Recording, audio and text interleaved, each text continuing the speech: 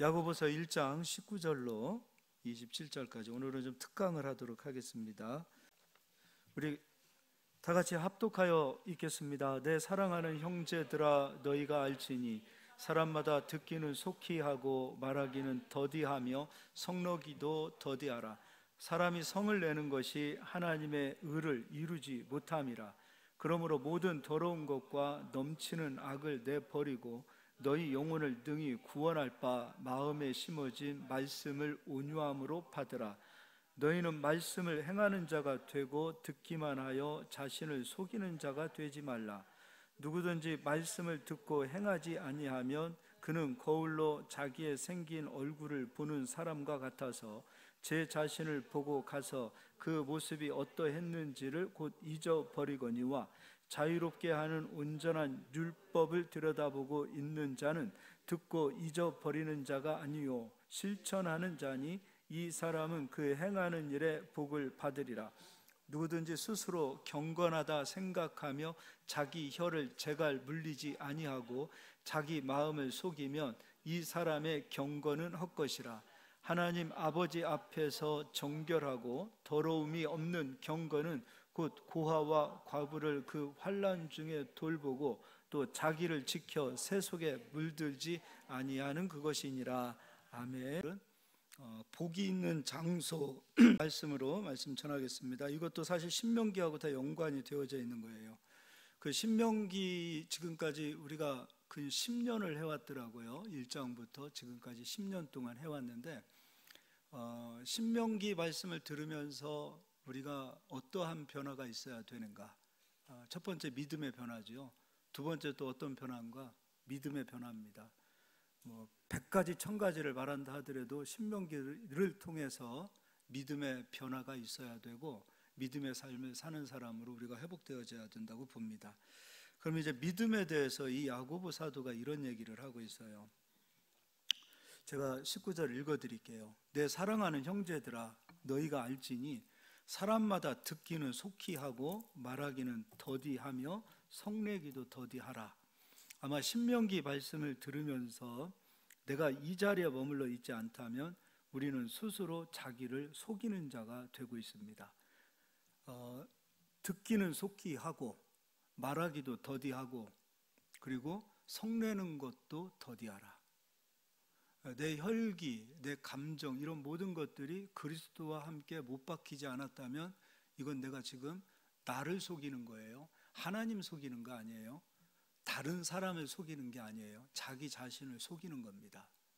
그래서 듣기는 속히 하고 말하기는 더디하며 성내기도 더디하라. 20절 사람이 성내는 것이 하나님의 의를 이루지 못함이라. 그리고 21절에 그러므로 모든 더러운 것과 넘치는 악을 내버리고 너희 영혼을 능히 구원할 바 마음에 심어진 말씀을 온유함으로 받으라. 말씀을 받으라. 온유함으로 받으라. 성내는 자는 말씀을 온유한 자로 받을 수 없어요. 하고 싶은 말 다 하고 사는 자도 온유함으로 절대 받을 수 없어요. 말이 영이에요. 내가 어떤 말을 하느냐에 따라서 영이 달라지기 시작하는 거예요. 그리고 22절 너희는 말씀을 행하는 자가 되고 듣기만 하여 자신을 속이는 자가 되지 말라. 여기서 이제 자신을 속이는 자에 대해서 얘기하고 있어요. 말씀을 듣기만 하면 속이는 자다. 그러면 행하는 자가 되어야 한다.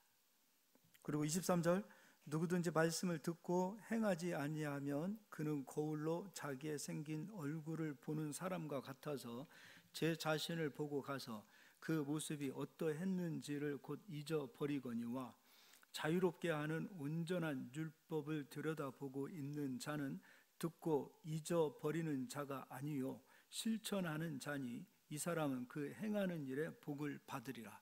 말씀을 듣고 행할 때에 복이 온다. 말씀을 듣고 행할 때에 복이 온다. 그리고 26절 누구든지 스스로 경건하다 생각하며 자기 혀를 제갈 물리지 아니하고 자기 마음을 속이면, 여기서도 자기를 속이면 이 사람의 경건은 헛것이라. 속이는 것에 대한 이야기가 나오는데 하나님을 속이는 얘기가 아니에요. 사람을 속이는 얘기가 아니에요. 바로 자기 자신을 속이는 자가 되어서는 안 된다는 거죠. 그래서 이제 야고보 사도는 이 믿음에 대한 이야기를 했어요. 그럼 이제 듣는 것이 왜 그렇게 중요한가? 신명기는 듣는 것부터 시작해요. 신명기 6장을 가서 보겠습니다.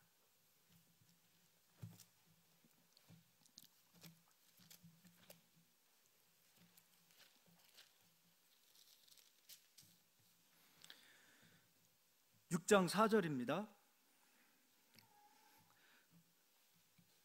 이스라엘아 들으라. 히브리어로 쉐마 이스라엘아. 들으라 이스라엘아. 이스라엘아 들으라. 우리 하나님 여호와는 오직 유일한 여호와시니 너는 마음을 다하고 뜻을 다하고 힘을 다하여 내 하나님을 사랑하라. 근데 하나님을 사랑하는 것에 대한 기준이 무엇인가? 3절에 가서 보니까 이스라엘아 듣고 삼가 그것을 행하라. 하나님의 말씀을 듣지 못하는 온유한 심령을 가지지 못하면 사랑하는 자가 아니에요. 하나님 사랑하는 자 아니에요. 사랑 안에 온유함이 들어가 있죠. 온유함으로 하나님의 말씀을 들으라. 그리하면 내가 복을 받고 내 조상들의 하나님 여호와께서 내게 허락하심 같이 젖과 꿀이 흐르는 땅에서 내가 크게 번성하리라. 여기서도 듣고 삼가 그것을 행하라. 그리하면 내가 복을 받으리라. 듣고 삼가 그것을 행하는 자가 마음을 다하고 뜻을 다하고 힘을 다하여 하나님을 사랑하는 자다. 사랑은 속일 수 없어요. 예배도 속일 수 없습니다. 하나님 앞에 드리는 예물도 속일 수 없습니다. 하나님을 사랑하는데 예물 드림이 흠 있는 것으로 드릴 수 없습니다. 사랑하지 않기 때문이죠. 하나님을 사랑하는 자는 하나님 앞에서 예배 드릴 때 그 태도와 자세가 다르죠. 듣는 것부터 다른 거예요. 듣는 것부터. 이 듣는 것이 굉장히 중요한 겁니다. 마태복음 13장에서도 말씀을 듣고 깨달을 때에 열매가 온다 그랬습니다. 듣는 것이 왜 그렇게 중요한가? 들어야, 그리고 듣고 있어야, 그리고 들려야 내가 하나님 사랑하고 있다는 거예요. 오늘 야고보서에서 제가 마지막 구절을 한 구절 읽지 않았습니다. 세속에 물들지 마라. 우리 마음은 세속으로 채워지든지 하나님으로 채워지든지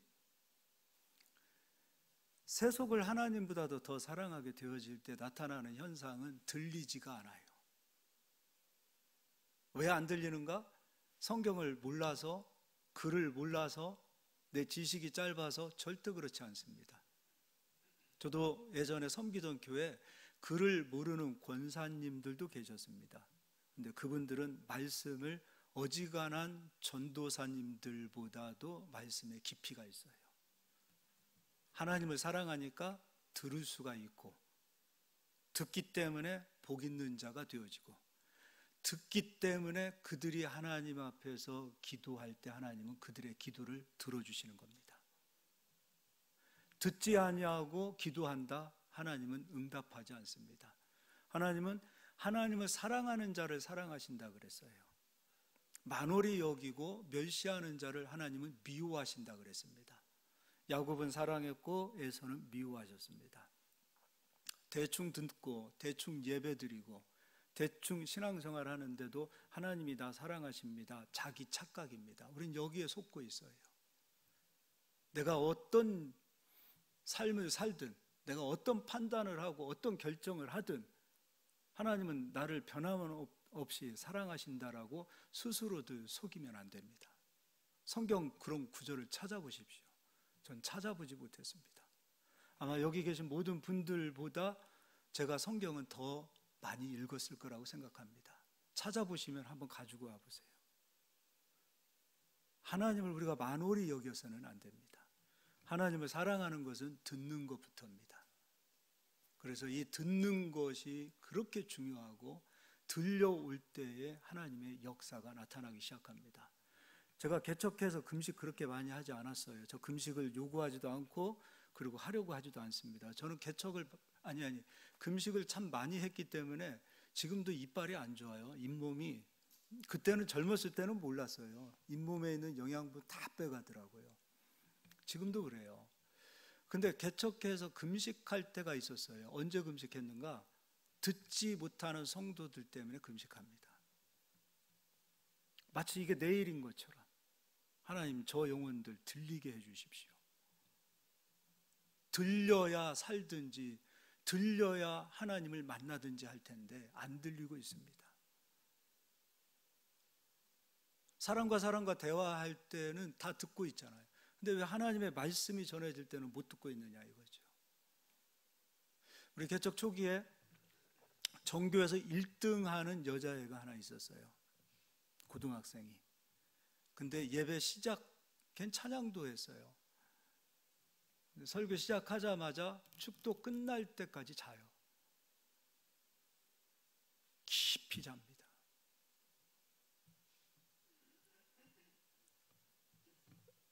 왜 자는가? 하나님을 사랑하지 않아서 그래요. 그래서 하나님을 사랑하는 게 그렇게 중요한 거예요. 하나님을 사랑할 때 들려오기 시작해요. 그리고 하나님을 사랑할 때 하나님께서 귀를 열어주시고 우리 영혼을 깨워주세요. 그래서 하나님을 사랑하는 마음을 가지셔야 돼요. 그 뒤에 6절에 오늘 내가 내게 명하는 이 말씀을 너는 마음에 새기고 머리에 새기는 게 아니죠. 내 자녀에게 부지런히 가르치며 집에 앉았을 때든지 길을 갈 때든지 누워 있을 때든지 일어날 때든지 이 말씀을 강론할 것이며 너는 또 그것을 내 손목에 매어 기호로 삼으며 내 미간에 붙여 표로 삼고 또 내 집 문설주와 바깥문에 기록할지니라. 말씀이 그만큼 중요하기 때문에 마음에 새기고 문설주와 바깥문에도 기록하고 내 손목에도 매고 내 미간에도 붙여 표를 삼으라.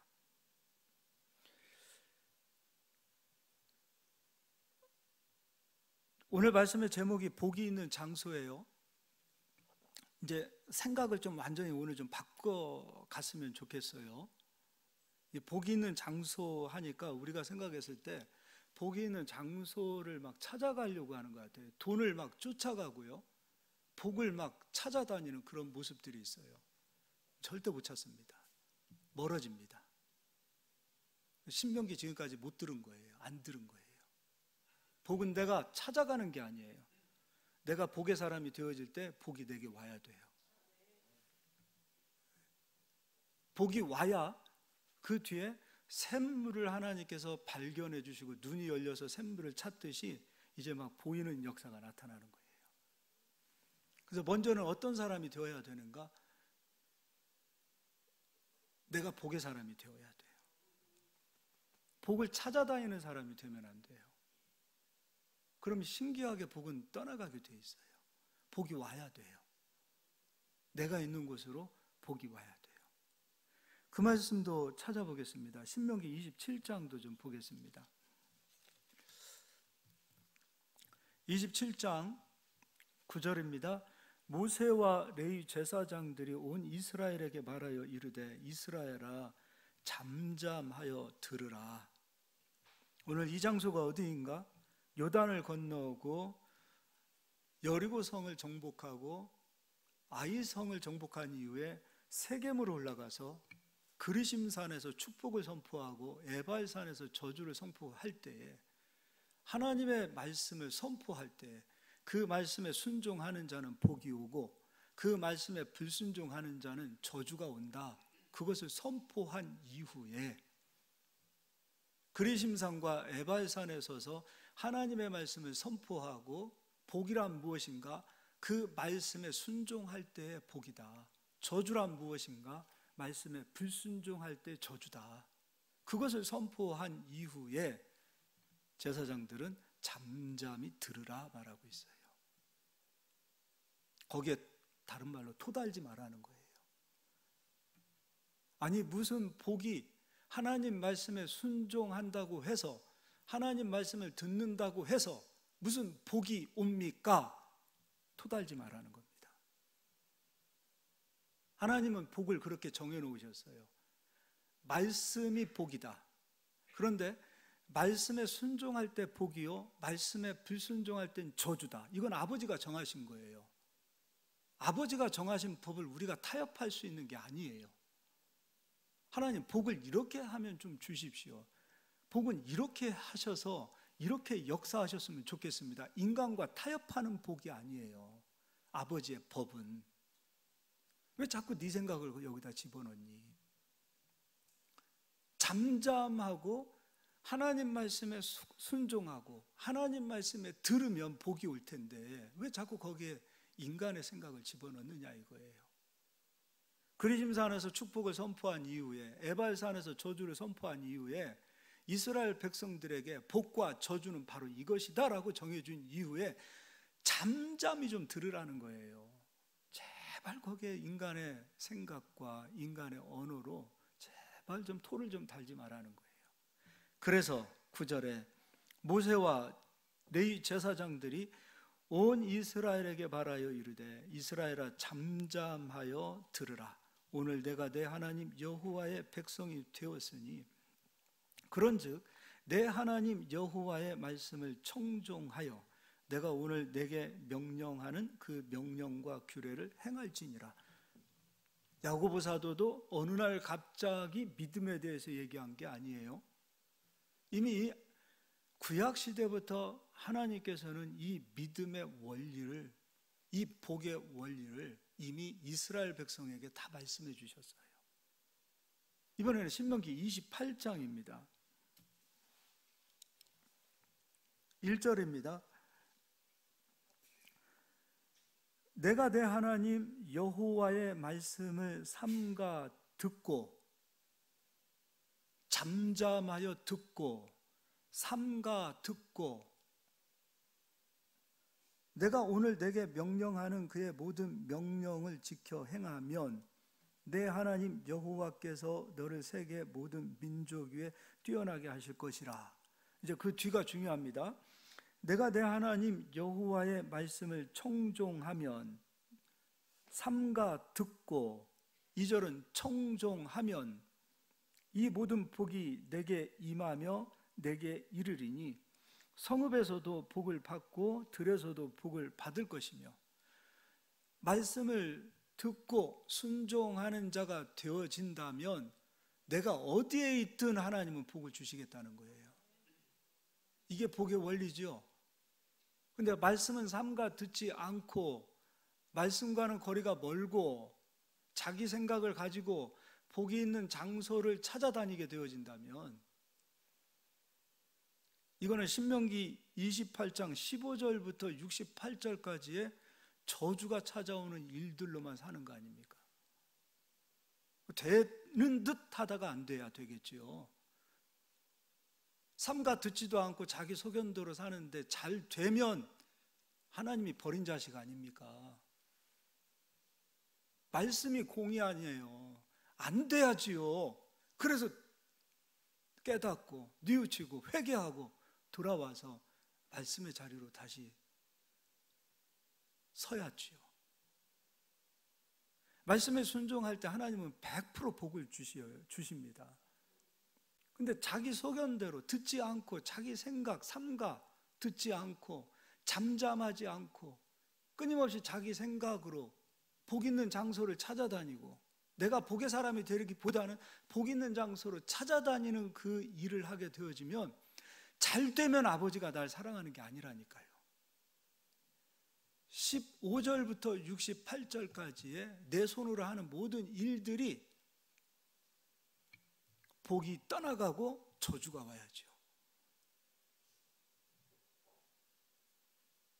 이게 말씀의 원리란 말이에요. 그래서 먼저 삼가 듣고, 그리고 삼가 들을 때에 행하는 자리로 가게 돼 있어요. 듣지 않은 자가 행하는 자리로 갈 수가 없어요. 잠잠히 듣지 아니한 상태에서 행하는 자리로 갈 수 있다? 그럴 수 없습니다. 가지 못합니다. 설교를 무슨 자기 유익, 자기의 어떤 이 혼적인 만족, 그것으로 설교를 들으시게요? 우리 지방에 젊은 교회 목사님 한 분이 있어요. 아버님 교회로 물려받았어요. 그러니까 성도님들이 별로 영적 권위를 좀 인정하지 않는 것 같아요. 근데 그 교회 커피숍 하는 권사님인지 장로님인지 갔는데, 여의도 순복음교회 조용기 목사님, 돌아가신 그분 설교를 거기다 그냥 틀어놓고, 목사님들이 가서, 그 담임 목사님도 같이 가서 커피를 마시고 있는데 계속해서 설교를 듣고 계시더라고요.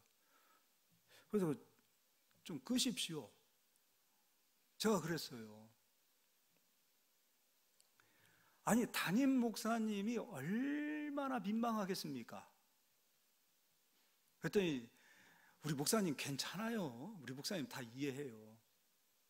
이해하겠어요? 담임 목사님 설교를 틀어놓으십시오. 조영기 목사님 설교를 듣는 순간 담임 목사님 설교는 들리지 않을 겁니다. 담임 목사님은 교회 성도들을 위해서 지금 현재 이 시간 교회를 위해서 설교를 준비하고 선포를 하지만, 조영기 목사님은 권사님 보고 장로님 보고 설교 안 하지 않을 대상으로 설교하신 게 아니에요. 근데 왜 그 설교를 듣고 유익을 얻습니까? 말씀을 모르는 거예요. 말씀의 이 깊이를 모르는 거예요. 이런 모습들이 말씀을 듣는, 설교를 듣는 그 이유가 무엇인지를 모르고 있다라는 거예요. 그래서 제가 끄라고 이제 몇 번 했거든요. 아니, 끄라고 해서 껐어요. 그리고 제가 얘기 좀 했어요. 그러면 안 된다고. 여기 목사님 얼마나 민망하겠습니까? 젊은 사람이라도 그러면 안 되지요. 그래서 그 목사님이 끝나고 밥 사줬어요. 고맙다고.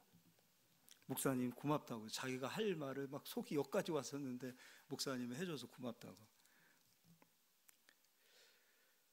3절을 읽어드릴게요. 성읍에서도 복을 받고 들에서도 복을 받을 것이며, 내 몸의 자녀와 내 토지의 소산과 내 짐승의 새끼와 소와 양의 새끼가 복을 받을 것이며, 내 광주리와 떡반죽 그릇이 복을 받을 것이며, 내가 들어와도 복을 받고 나가도 복을 받을 것이니라. 복의 사람이 될 때 내가 있는 곳에서 어디에서든지 복이 나타나는 것이지, 내가 복을 찾아다니는 게 아니란 말입니다. 이제 믿음의 조상이죠. 창세기 12장 아브라함을 가서 보겠습니다. 12장 1절입니다. 여호와께서 아브라함에게 이르시되 너는 너의 고향과 친척과 아버지의 집을 떠나 내가 내게 보여줄 땅으로 가라. 자칫 잘못하면 가나안 땅이 복 있는 땅이고, 지금 갈대아 우르라는 그 바벨론 지역의 땅은 저주받은 땅으로 생각하고 있어요. 그렇지 않습니다. 아버지께서 가라 하셨던 그 말씀이 복이지 가나안 땅이 복이 아니란 말이에요. 아버지가 예를 들어서 야, 그리 가지 말고 시리아로 가라. 그러면 시리아로 가라, 그 말씀이 복이지 시리아가 복이 아니란 말이에요. 자칫 잘못하면 가나안 땅이 복인 것으로만 생각하고 있어요. 그럼 가나안 땅엔 저주가 안 나옵니까? 가나안 땅은 말씀에 순종하면 복이요, 말씀에 불순종하면 저주받는 땅으로 하나님께서 정해놓으셨어요. 내가 지시하는 땅으로, 내가 내게 줄 땅으로 가라. 가라. 아버지의 말씀이 복이지 가나안 땅이 복이 아니란 말이에요. 그래서 2절, 그럼 아브라함은 말씀을 따라가는 것이지 땅을 보고 따라간 게 아니잖아요. 말씀을 따라간 것이지 땅을 따라간 게 아니란 말이에요. 2절, 내가 너로 큰 민족을 이루고 내게 복을 주어 내 이름을 창대하게 하리니 너는 복이 될지라. 너를 축복하는 자에게는 내가 복을 내리고 너를 저주하는 자에게는 내가 저주하리니 땅의 모든 족속이 너로 말미암아 복을 얻을 것이라 하신지라. 지금 땅의 가치, 눈에 보이는 그 복의 원리를 놓고 보자면 진짜 복 있는 땅은 메소포타미아, 갈대아, 우르 아닙니까? 가장 인간이 먼저 농사를 시작했던 땅이 우르예요. 근데 왜 농사를 시작했을까? 농사를 개발한 게 아니라 자연적인 밀이 너무 많은 거예요. 너무 풍요로운 땅이에요. 유프라테스 강, 티그리스 강에서 그 강이 연합해서 만나는 그 지역이 얼마나 풍부했겠어요. 그러니까 밀을 먹다가 남겨서 버린 거예요. 그 정도로 풍부했던 곳이에요. 근데 버린 그곳에서 다음 해에 싹이 나고 열매가 맺혀지는 것을 통해서 농사가 가장 먼저 시작되어진 곳이 갈대아 우르란 말이에요. 그래서 역사적으로도 가장 문명이 발달하고 그 당시에 BC 구약시대에 수세식 화장실을 가지고 있었던 곳이 그 갈대아 우르 바벨론의 문명이었어요. 어마어마하지 않습니까? 하수도 시설을 끌어들이고 그런 걸 개발했던 그 문명이에요. 근데 가나안 땅은 어떤 땅입니까? 거기에 비교하자면 이거는 진짜 뭐 귀양살이 가는 것 같은 그런 마음이었을 거예요. 그런데도 하나님께서 가라 하시니 그 신의 음성을 듣고 하나님의 말씀을 듣고 그 말씀을 따라갔던 아브라함의 믿음을 하나님께서 보시는 거예요. 가나안 땅이 비교나 되는 땅입니까? 갈대아 우르하고 비교도 안 되는 땅이죠. 척박한 땅이에요. 그러니까 가라, 하나님의 그 말씀이 복이고 그 말씀을 내가 듣고 순종하고 따라갈 때 내가 복 있는 사람이 된다는 거예요. 그 뒤에 책임은 하나님이 지신다 이거예요. 그러니까 하나님으로 책임지게 하는 믿음을 갖자 이거예요. 책임은 내가 지는 게 아니에요. 나는 순종하고 갈 때 책임지는 일은 하나님이 하시는 거예요. 이번에는 아브라함의 믿음을 본받은 이삭 얘기를 좀 하겠습니다. 창세기 26장입니다.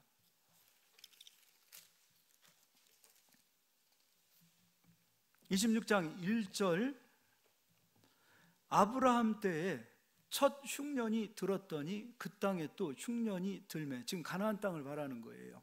이삭이 그랄로 가서 블레셋 왕 아비멜렉에게 이르렀더니 여호와께서 이삭에게 나타나 이르시되 애굽으로 내려가지 말고 내가 내게 지시하는 땅에 거주하라.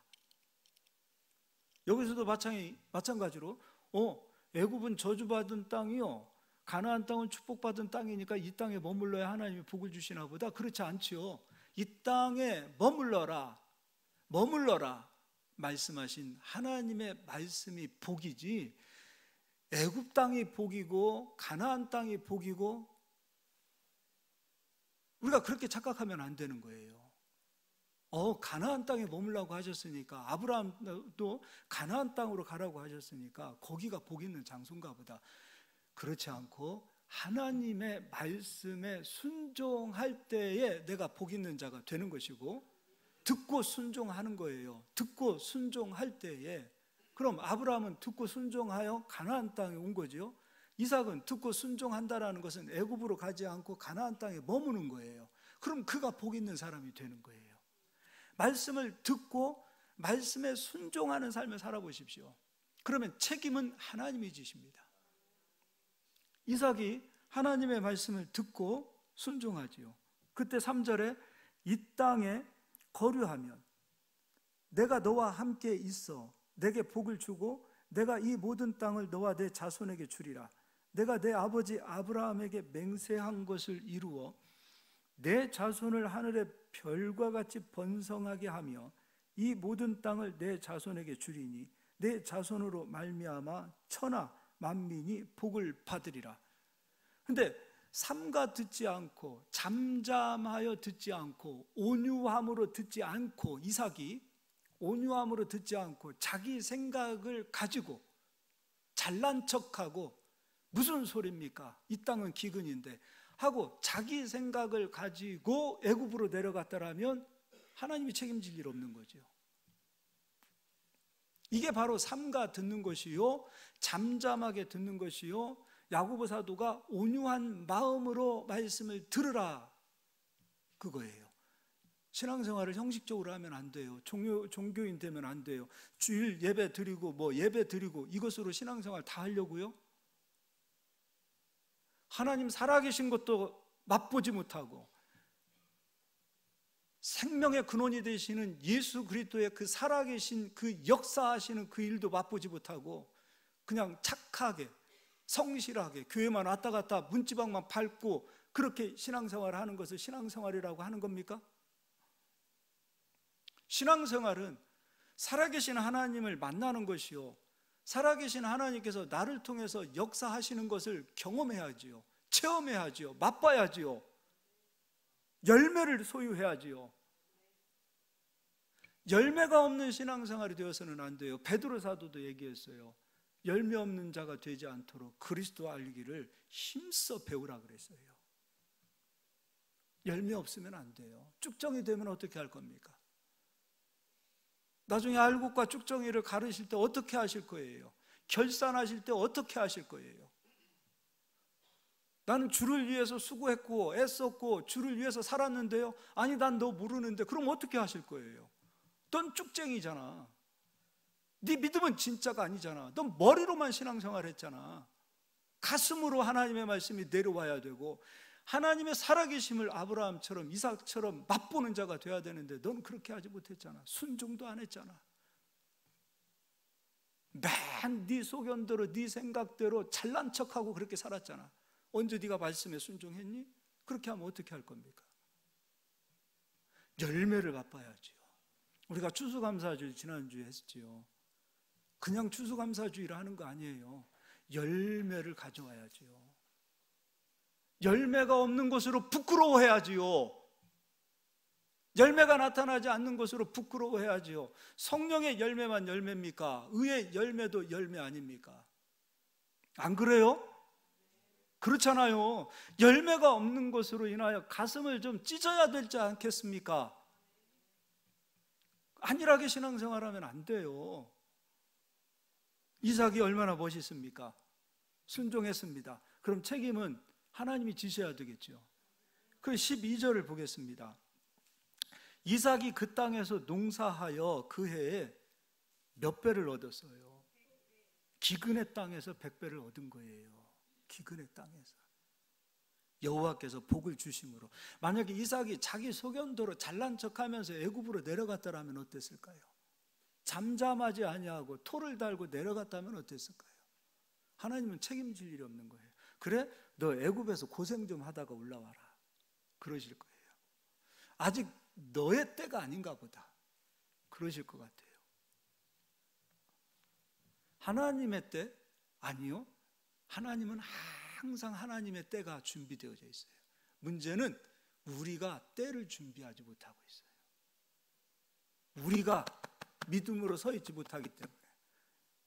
근데 이삭은 결단하고 하나님 말씀에 순종하고 머물렀어요. 그것이 삼가 들은 것이요, 잠잠하게 들은 것이요, 온유함으로 말씀을 받은 거예요. 그럼 그 뒤에 책임은 하나님이 지시는 거예요.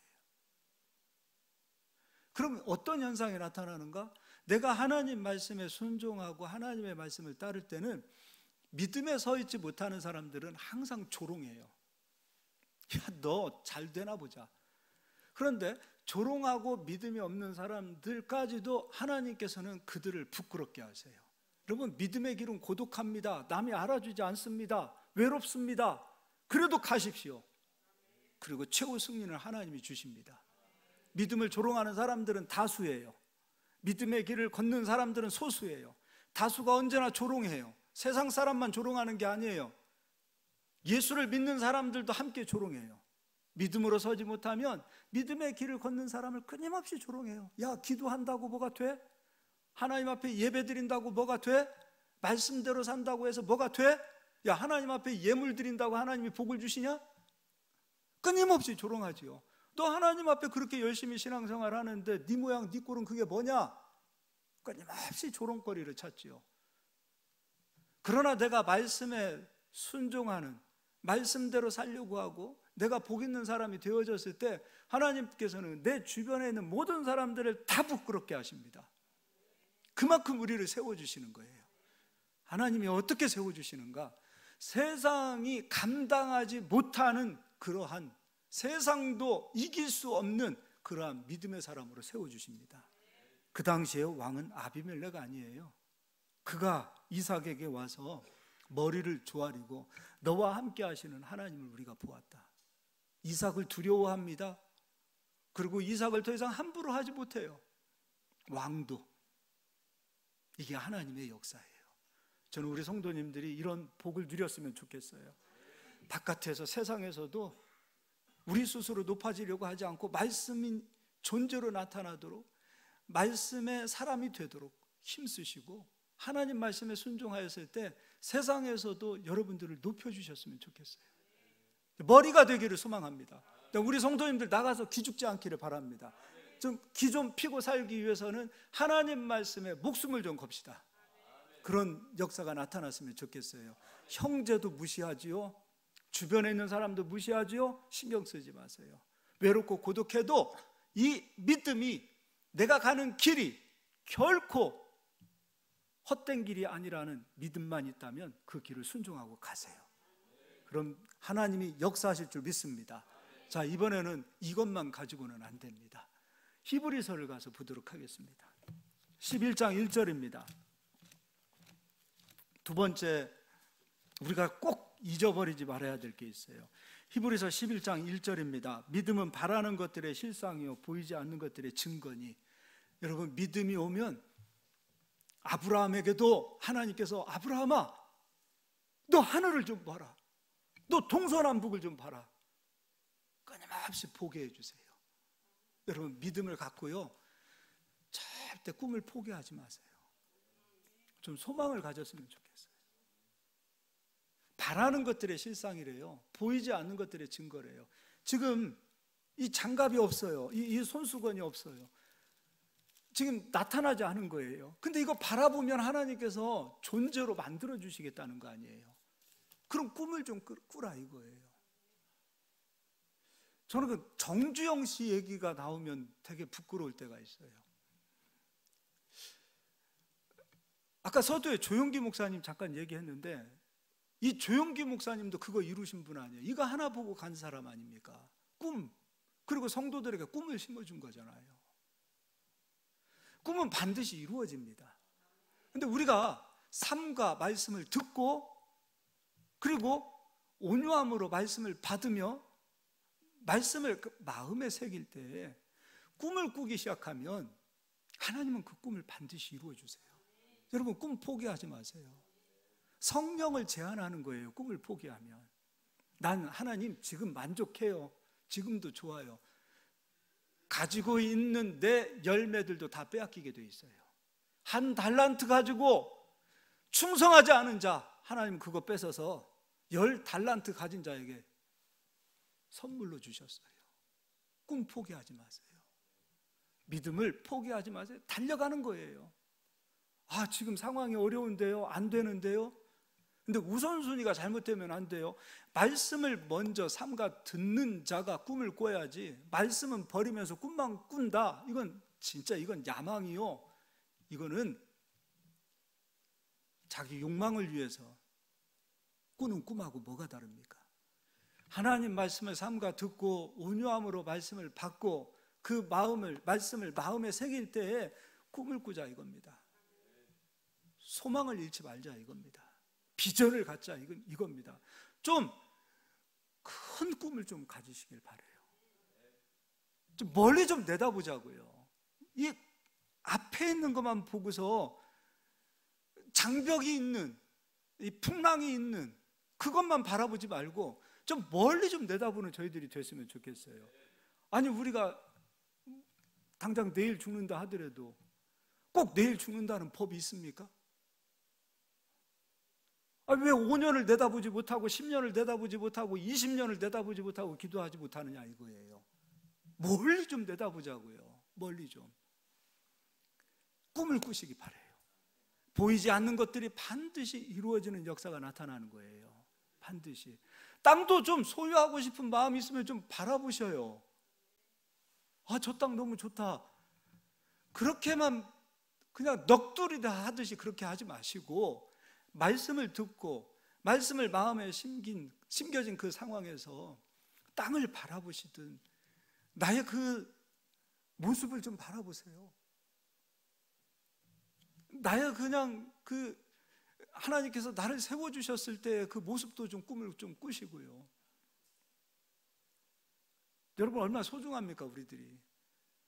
하나님은 자기 아들을 아끼지 아니하고 우리에게 주셨어요. 그 하나님께서 가장 좋은 것으로 우리에게 주시지 않겠느냐고 말씀하셨어요. 여러분 자식 키워봐서 알잖아요. 제가 새벽에도 얘기했어요. 저는 새우를 까서 먹기를 싫어하는 사람이에요. 그리고 장모님께서 사위 왔다고 꽃게를 끓여주세요. 지금도 끓여주시는데 우리 장모님이 모르고 계시는 사실이 계셔요. 저는 국물만 먹어요. 근데 이번에 말씀드렸어요. 사실 장모님, 저는 이런 거 너무 귀찮아요. 그런데요, 우리 딸들이 먹는다 그러면 그 귀찮은 거 다 까서 입에 넣어줍니다. 지금도 까서 줍니다. 앞으로 시집 가서도 까서 줄 거예요. 네, 손주들은 모르겠어요. 이게 부모 마음 아니겠습니까? 우리 아버지는 우리에게 넘치도록 부어주고 싶으신 분이세요. 쪼잔한 분이 아니에요. 쪼잔한 것은 인간이지 하나님은 쪼잔하지 않으세요. 하나님께서 오직 답답하셨으면 너의 헤아림으로 나도 헤아리겠다고 말씀하셨어요. 헤아리지 않고 넓은 마음으로 큰 꿈을 꾸시고, 그리고 하나님 앞에서 좀 넓은 마음을 갖고 그렇게 신앙생활 했으면 좋겠습니다. 자, 여러분, 마음이 하나님 말씀이 마음에 심겨졌어요. 그리고 이제 믿음으로 꿈을 꾸기 시작해요. 그럼 세 번째는요, 기도하게 돼 있어요. 왜 기도하지 않는 줄 아세요? 꿈이 식어졌어요. 성령을 자꾸 제한하는 거예요. 그래서 기도는요, 믿음이 있고 꿈이 있으면 기도하게 돼 있어요. 아버지, 지금 보이지 않는 것이 이루어질 줄 믿습니다. 지금은 아버지 이 모양 이 꼴인 것 같지만 아버지, 내가 꿈꾼 대로 아버지 이루어 주실 줄 믿습니다. 왜 기도가 식어져요? 왜 기도를 하지 않아요? 믿음이 없어서 그래요. 믿음이 있고 그 믿음이 꿈과 함께 달려가기 시작할 때, 비전과 함께 그 믿음이 하나가 되어질 때 기도하게 돼 있어요. 왜냐하면 내 힘으로 안 된다는 걸 알기 때문에. 믿음의 사람은 자기 힘으로 서지 않아요. 믿음의 사람은 하나님의 힘을 구할 수밖에 없어요. 믿음의 사람은 꿈을 꾸게 돼 있어요. 그리고 그 꿈을 내가 이루는 것이 아니라 하나님이 이루신다는 사실을 알기 때문에 기도할 수밖에 없어요. 그 기도에 진실성이 있어요. 믿음이 있고 그 믿음을 통하여 꿈을 꾸고 그 꿈을 이루시는 하나님에 대한 확신이 있으면 그 기도는 간절해져요. 그 기도는 대충 드리는 기도가 아니에요. 간절해질 수밖에 없어요. 왜냐하면 하나님께서 역사하시니까요. 우리는 하나님과 함께 해야 돼요. 나 혼자 살아서는 안 돼요. 그래서 기도도 나 혼자 해서는 안 돼요. 기도는 성령과 함께 해야 돼요. 그래서 성령의 도우심을 구해야 돼요. 성령님, 나의 기도가 나 혼자 하는 기도가 되지 않게 하소서. 성령과 함께 하는 기도가 되길 원합니다. 내가 걸어가는 길이 나 혼자 걸어가는 길이 되지 않기를 원합니다. 하나님 함께하는 걸음이 되길 원합니다. 하나님과 같이 가야 돼요. 그러기 위해서는 기도해야 돼요. 빌립보서 2장에 그 말씀하셨어요. 하나님은 우리에게 소원을 두신대요. 그리고 그 소원을 이루어 가신대요. 그래서 꿈을 꾸라 이거예요. 믿음이 오면 하나님께서 꿈을 막 불어 넣어주세요. 그 꿈이 하나님의 소원이란 말이에요. 그리고 그 소원은 내 힘으로 이루어지지 않기 때문에 능력 주시는 자 하나님 안에서 이루어지는 꿈이요 비전이기 때문에 몸부림칠 수밖에 없어요. 우리 자녀들 걱정하고 염려하는 것으로 끝나서는 안 돼요. 기도해야 돼요. 자녀들을 위해서 최고의 선물은 기도하는 거예요. 저들을 아버지께 맡겨야 될 거 아닙니까? 아버지 손에 하나님의 그 붙들어 주시는 그 은혜가 있어야 될 거 아닙니까? 그래서 기도해야 돼요.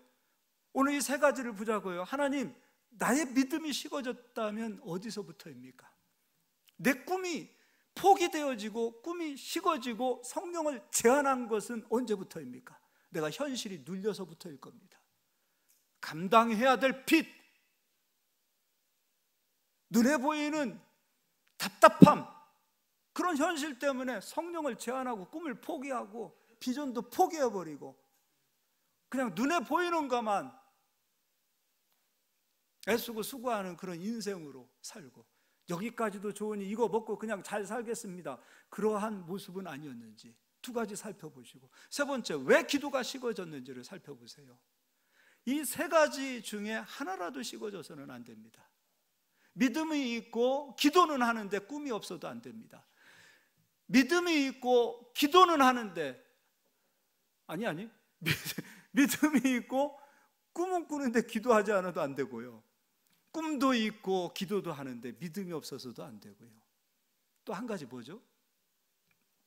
나 요새 이렇게 머리가 안 돌아가나 모르겠어. 이 세 가지 중에 하나도 없어서는 안 돼요. 세 가지가 삼위일체로 하나가 되어지는 역사가 나타났으면 좋겠어요. 하나가 됩시다. 어디서부터 식어졌는지를 살펴보십시오. 어디서부터 기도가 막혔는지, 왜 기도를 포기했는지 살펴보십시오. 왜 내 꿈은 언제부터인가 포기되어진 꿈이었는지를 살펴보십시오. 왜 나의 믿음은 왜 그렇게 식어지고 있는지를 살펴보십시오. 말씀을 삼가 듣지 않고 있기 때문에 믿음이 식어졌고, 믿음은 들으면서 나는 거니까요. 왜 꿈이 포기되어졌는지를 살펴보시고, 왜 기도가 식어졌는지를 살펴보시고, 그래서 항상 쉬지 말고 기도하라고 말씀하셨어요. 세 가지 중에 단 하나도 식어져서도 안 되고 단 하나도 포기되어져서도 안 돼요. 기도도 포기하지 맙시다. 꿈도 포기하지 맙시다. 믿음도 포기하지 맙시다. 달려갑시다. 일어서야 돼요. 온전하게 돼야 돼요. 하나로, 한쪽으로만 치우쳐서는 안 돼요. 난 꿈이 있는데요, 그런데 당신은 믿음이 없으면 어떻게 할 겁니까? 난 기도하는 사람인데요, 당신은 꿈이 없고 믿음이 없는 사람이라면 어떻게 할 겁니까? 난 믿음이 있는데요, 믿음이 있는데 꿈도 없고 기도도 하지 않으면 어떻게 할 겁니까? 아니, 도대체 기도하지도 않고 어떻게 살아간단 말입니까?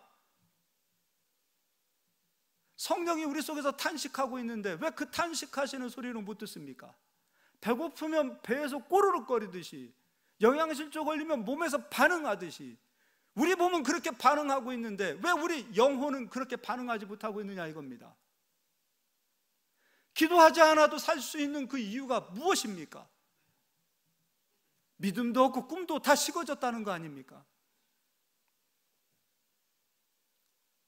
이게 얼마나 부끄러운 거예요.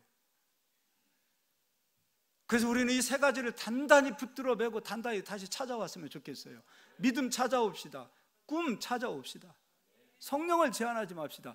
기도합시다. 이건 명령이에요. 기도했으면 좋겠다, 나의 제자들아. 절대 그렇게 말씀하셨어요. 기도하라, 쉬지 말고 기도하라 명령하셨어요. 명령은 잠잠히 듣고 순종하는 거예요. 내가 피곤한데요,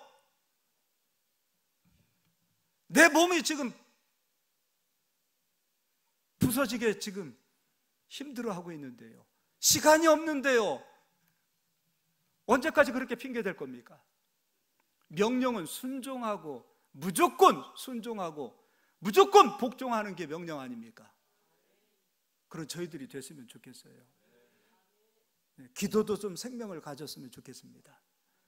여기까지만 하겠습니다.